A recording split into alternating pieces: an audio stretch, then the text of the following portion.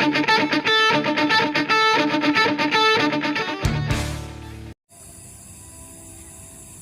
guys, Assalamualaikum warahmatullahi wabarakatuh. Perkenalkan, nama saya Fahreza Firdaus, NIM U2019-4070, Prodi Sejarah Peradaban Islam, mahasiswi Universitas Islam Negeri Kiai Haji Ahmad Siddiq, Jember.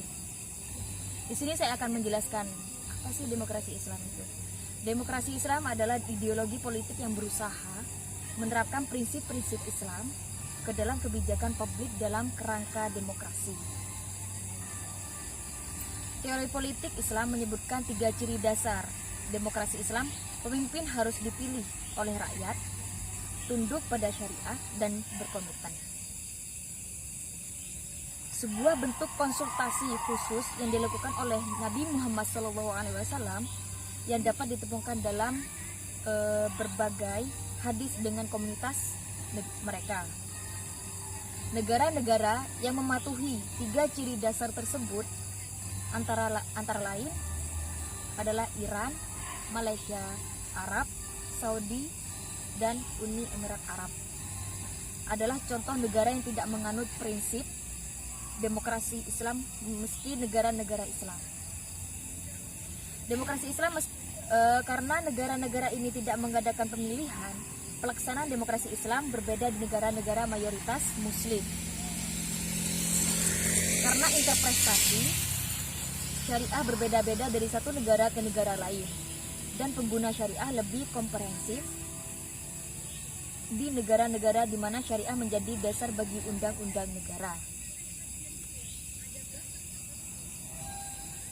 Konsep liberalisme dan partisipasi demokratis sudah ada di dunia Islam pada abad pertengahan.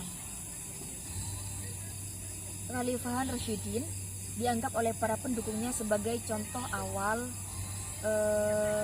sebuah negara demokratis, dan diklaim bahwa perkembangan demokrasi di dunia Islam akhirnya terhenti setelah perpecahan Sunni Syiah. Ada banyak definisi yang dikemukakan oleh para ahli tentang demokrasi. Di antaranya seperti yang dikutip Hamidah adalah sebagaimana di bawah ini. Menurut Joseph Schumpeter, demokrasi adalah suatu perencanaan institusional untuk mencapai keputusan politik, di mana individu memperoleh kekuasaan untuk memutuskan cara perjuangan kompetitif atas suatu rakyat. Sidney Hook dalam American mendefinisikan demokrasi sebagai suatu bentuk pemerintahan di mana keputusan-keputusan pemerintahan yang penting secara langsung maupun tidak langsung didasarkan pada kesepakatan mayoritas yang diberikan secara bebas dari rakyat dewasa.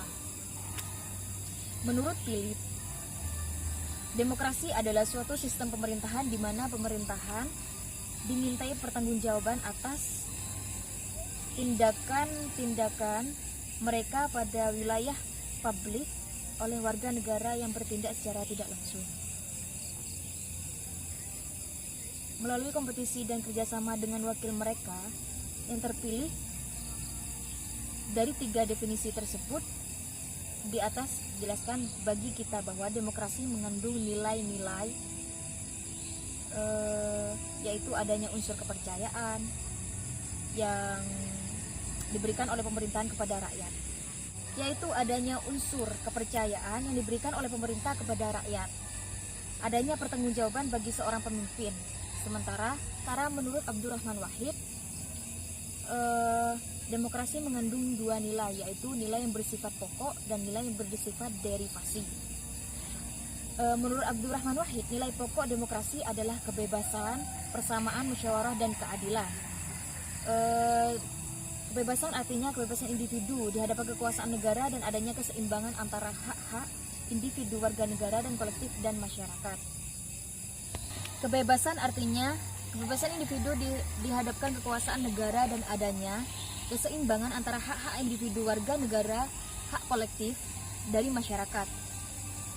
Nurholis Majid, seperti yang dikutip Narasuddin, mengatakan bahwa suatu negara disebut demokratis sejauh mana negara tersebut menjamin hak asasi manusia atau HAM antara lain kebebasan masyarakat mendapat, hak berserikat dan berkumpul, karena demokrasi menolak diktatorianisme, feodalisme, dan otoritarisme. Dalam negara demokrasi, hubungan antara penguasa dan rakyat bukanlah hubungan kekuasaan, melainkan berdasarkan hukum yang menjunjung tinggi hak asasi manusia atau HAM. LDII, komunitas Islam. LDII atau Lembaga Dakwah Islam Indonesia, yaitu adalah organisasi sosial independen untuk studi dan penelitian tentang Quran dan hadis. Visi misi, tugas pokok dan fungsinya. LDII mempunyai tujuan untuk meningkatkan harkat dan martabat kehidupan bermasyarakat, berbangsa dan bernegara, serta turut dalam pembangunan manusia di Indonesia seutuhnya yang dilandasi oleh keimanan dan ketakwaan kepada Tuhan Yang Maha Esa, guna terwujudnya masyarakat madani dan demokratis dan berkeadilan sosial berdasarkan Pancasila yang diridhai Allah Subhanahu wa taala. Lembaga Dakwah Islam Indonesia berdiri pada tanggal 1 Juli 1972 di Kota Kediri, Jawa Timur, dengan nama Yayasan Lembaga Karyawan Islam atau YAKARI. Sesuai Akta Notaris Mujid Tomo tanggal 27 Juli 1972 tentang pembetulan akta tanggal 3 Januari 1972 berisi pembetulan tanggal pendirikan Lengkari. Lembaga ini didirikan oleh Dr. Nur Hasim, Dr. Edi Masyadi, Dr. Bahroni Hertanto, Dr. Swetojowirto Atmodjo, dan Wijono. Pada musyawarah besar atau MUBES YAKARI 1981 namanya diganti menjadi Lembaga Karyawan Islam atau Lengkari. Pada musyawarah dan Jenderal Rudini, nama organisasi diubah dari yang awal Lembaga Karyawan Dakwah menjadi disingkat menjadi Lemkari atau Lembaga Karyawan Islam. Menjadi Lembaga Dakwah Islam Indonesia atau disingkat dengan LDII mengubah nama menjadi karena Rudini merasa Lemkari menyamai singkatan dari Lembaga Karatudo Indonesia. Di dalam pendidikan Lembaga Dakwah Islam Indonesia, keterampilan kemudahan dan olahraga menyelenggarakan khusus keorganisasian, perkemahan pemuda dan kegiatan kepanduan dalam bidang olahraga, diantaranya menyelenggarakan pencaksilat yang sudah menjadi anggota IPSI, sudah mengikuti turnamen pencaksilat tingkat nasional, turnamen sepak bola sampai tingkat nasional dalam rangka memperingati Hari Sumpah Pemuda pada tahun 1991, 1994, dan 1996, 2000, dan 2002. Dalam bidang kepanduan, LDII membentuk satu gerakan pramuka sekawan, Persada Nusantara 1 SN. Dalam bidang pers, LDII membentuk nuansa Persada.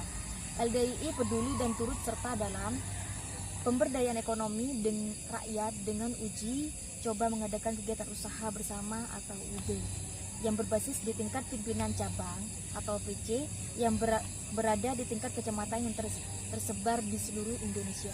Melihat banyaknya aktivitas berupa pengajian yang diselenggarakan oleh masjid-masjid biasanya, LDII dan sebab lainnya membuat LDII dianggap eksklusif. Hal ini dimanfaatkan oleh para oknum penyebar hoaks untuk memfitnah LDII, bahkan mereka terang-terangan menyebut LDII itu sesat. Hal ini menyebabkan umat Islam terpecah. Untuk menjaga semakin meluasnya fitnah, LDII sebagai pihak yang merasa dirugikan memberikan klarifikasi pada publik yang kemudian diikuti oleh pengurus-pengurus organisasi di tingkat daerah. Komisi Fatwa MUI turun tangan untuk mengatasi masalah ini dengan menerbitkannya fatwa yang menegaskan bahwa LDII bukanlah aliran sesat. Pemerintah Republik Indonesia turut melindungi LDII dari seragam hoaks tersebut. Kementerian Dalam Negeri dan Kementerian Hukum dan HAM mengakui LDII sebagai organisasi yang legal dan tidak menyimpang dari Pancasila dan Undang-Undang Dasar 1945. Mungkin hanya itu yang bisa saya jelaskan. Kurang lebihnya saya mohon maaf. Mungkin ada kesalahan dari segi materi ataupun penjelasan. Saya sangat-sangat minta maaf karena kita sama-sama belajar, sama-sama mencari ilmu, dan sama-sama belajar dari ini. Sekian dari saya. Assalamualaikum warahmatullahi wabarakatuh.